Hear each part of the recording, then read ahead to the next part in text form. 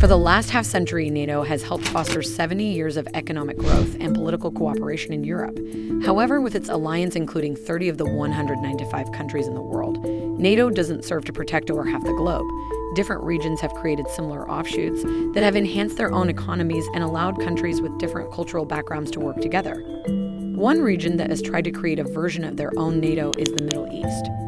Every attempt to increase regional defense cooperation in the Middle East has only achieved minimal success or failed. As a result, the Middle East does not have its own NATO. Scattered throughout the last century are numerous attempts to establish a security arrangement in the region. Some alliances, like the Central Treaty Organization, CENTO, followed the NATO model and were backed by Western powers. President Obama initiated recent attempts at defense agreements with multiple different proposals. The Middle East Strategic Alliance, or MESA, is Washington's latest attempt to form a new regional security arrangement. By looking at previous and ongoing attempts at regional defense cooperation, two significant and persistent factors appear which cause this near-permanent state of non-cooperation: a lack of trust and divergent goals between Middle Eastern states. The League of Arab States, or the Arab League, is the Middle East's longest-functioning multilateral organization. The League's strength originally came from the Pan-Arab movement in the mid-19th century amid widespread desire for a united Arab nation. Despite its longevity, the League is widely viewed as a failure due to its inability to resolve conflict or create cooperation. Research comparing the Arab League to similar organizations found that the League was the least successful at resolving conflicts. During 1981, in response to the Iran-Iraq, or the Gulf Cooperation Council was formed, but it proved to be no help, failing to prevent the de-escalation of the Iran-Iraq War, and in 1990, being unsuccessful in deterring Iraq from invading Kuwait, which triggered the Gulf War. The most visible current coalition of Middle Eastern states is the Saudi-led intervention in Yemen. Some common justifications about the lack of security cooperation in the Middle East face strong challenges when compared to NATO. Ethnic, linguistic, and religious differences in the region date back thousands of years. Many observers point to these differences and their accentuation during colonialism as a major cause of ongoing disunity. Some reports on the Arab world, especially during the Arab Spring, forecast the division of existing state structures into ethnically controlled substates. Another common answer relies on culture as a defining factor of Arab military non-integration.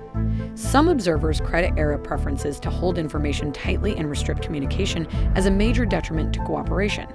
Decisions are made and delivered from on high with very little lateral communication. This leads to a highly centralized system where authority hardly ever delegates. The Middle East countries lack trust. Trust between governments is rare, and a lack of national identity or acceptance of statehood historically characterized the Arab countries. Most regional institutions and agreements have failed due to an unwillingness of national governments to empower or enforce these arrangements because they did not trust their neighbors. This lack of trust was a major contributing factor in the failures of Arab alliances against Israel. King Hussein of Jordan, after secret negotiations with Israel, preferred to occupy and secure the West Bank during 1948 rather than continue fighting deeper into Israel. In 1967, President Nasser of Egypt lied to Jordan about the location of the Egyptian Air Force to entice the kingdom to join the war. In 1973, Anwar Sadat, Nasser's successor, used false plans to entice the Syrians into war with Israel. Arab rulers learned from these experiences that they could not rely on other Arab nations for collective goals or trust the information they were sharing. A lack of military interoperability and trust limits training and operational opportunities to deepen connections between armed forces.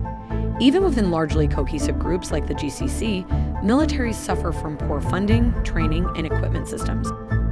Numerous observers argue that NATO's success stems from its status as a political alliance of states with common beliefs. This stands in contrast to the Middle East and their differences in beliefs. When comparing economic and governance structures, as well as views on human and political rights, the Middle East possesses far greater variance. States like Israel, Tunisia, Turkey, and Lebanon operate as democracies with public elections. Others like Morocco, Jordan, and Saudi Arabia govern as dynastic monarchies.